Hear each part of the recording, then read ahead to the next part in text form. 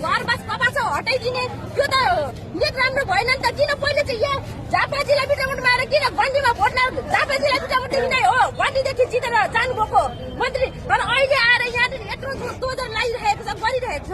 हामीलाई भन्नु पर्यो उहाँले आएर तिमीलाई सुरक्षा, तिमीलाई हामी धनी पूजा दिन्छौँ, गर्छौँ, नडराउ। त्यति हामीलाई त्यति गर्दै पनि हामीलाई ठिकै छ।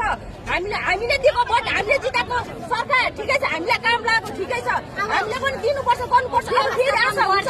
तर यो पाराले त भएन नि त हामीलाई त। यहाँदेखि कहाँ गइन्छ, नानीहरूको पढाइ बिग्रिन्छ। अब हामीले पनि ठुल्ठुलो नानी पढोस्, राम्रो पढोस्, अनि भविष्य लाग्छ नि।